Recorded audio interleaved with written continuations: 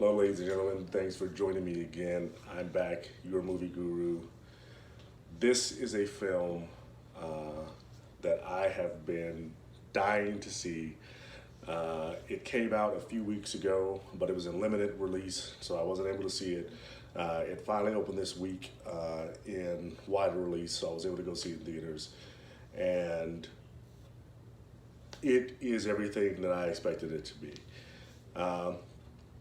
The film I'm talking about, of course, is 1917. It has been getting a lot of hype. It actually won the Golden Globe Award for Best Picture, Best Motion Picture, and then Sam Mendes won the award for Best Golden Globe for Best Director. And it even got a Best Cinematography Award, not a Golden Globe, but a Satellite Award as well. It has been getting a lot of hype. It's got a 92% score by critics on Rotten Tomatoes, a 90% audience score, average 8.4 out of 10 for the critics, and then a 4.5 out of 5 stars for the audiences. And like I said, I really wanted to see it then. I had high expectations for this movie, and it lived up to them.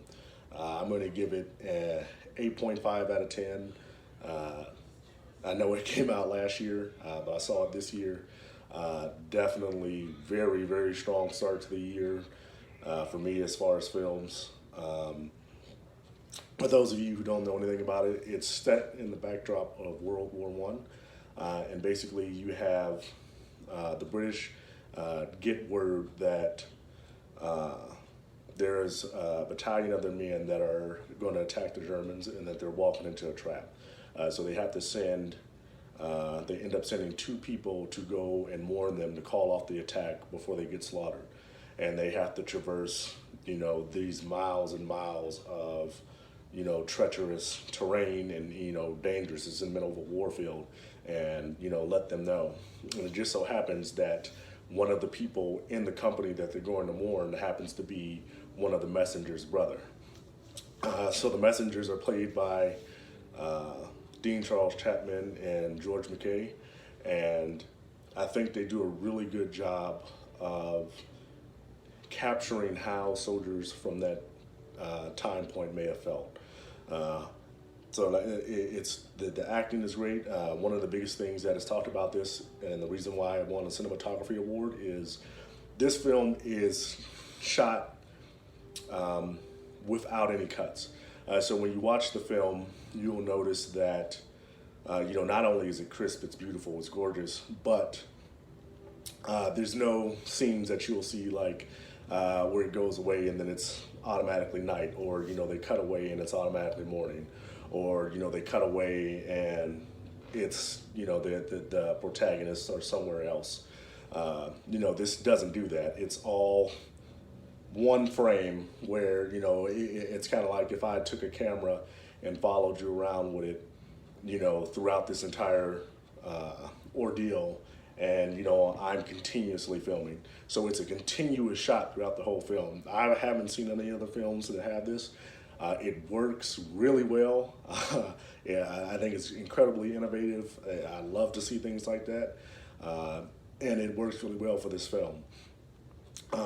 This film is not one that has like giant battle sequences or anything of that nature, but it is still very entertaining.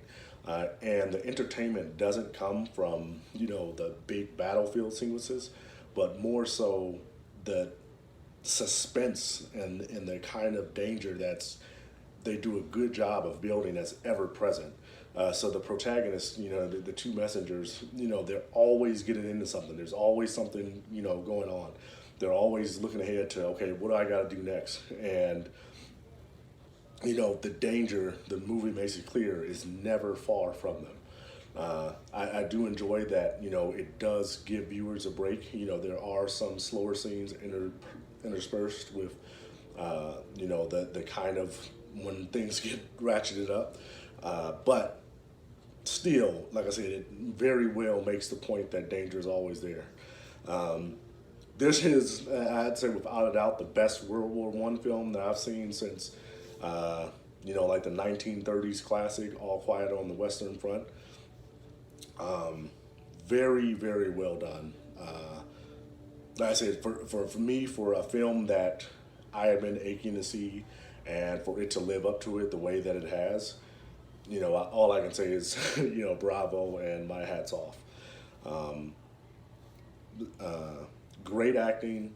The two main characters, they don't reveal the most information about them, so to get you to resonate with them that way, but they get you to resonate with them as far as you're with them from the beginning of this journey, and then you get to see what happens at the end of the journey and everything that goes on in between. So it's like you went on this journey with them, and that's more so how you resonate with them. And it's also, like I say, the cinematography is great, and unlike, like I say, another film that I could see this easily being compared to, Saving Private Ryan, the film where these four people are chosen to go and, traverse these miles of dangerous terrain to go and retrieve a particular person. That film, let's say, easily one of the greats of all time.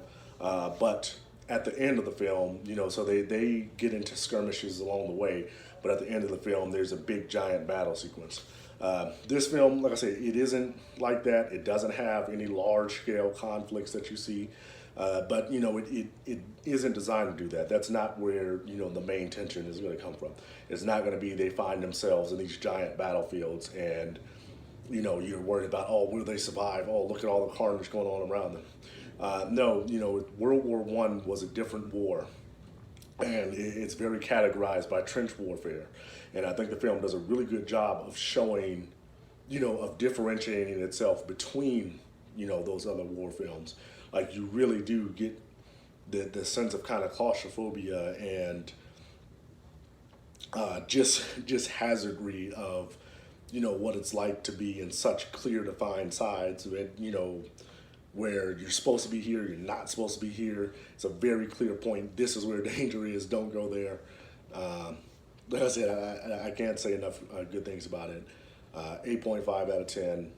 Definitely see this one in theaters, especially, like I say, given the fact that it has that unique cinematography.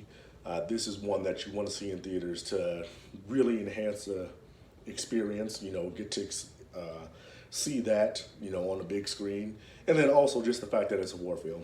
I say pretty much just about all war films are enhanced by the theater because you've got, the big loud sound, the big screen, and it's very much easier to immerse yourself into that type of battlefield in that format. That's all I've got to say for this one. Go check out 1917. Good film, and it's a great way to start off your film watching in 2020. Thanks for watching, guys. If you disagree with me, if you think that this film was terrible, if you think there's 1,000 different things they could have done different that I would have enjoyed more, let me know. We'll see. We can talk about it. All right. Thanks, guys. Hope you guys are having a good weekend. Stay safe.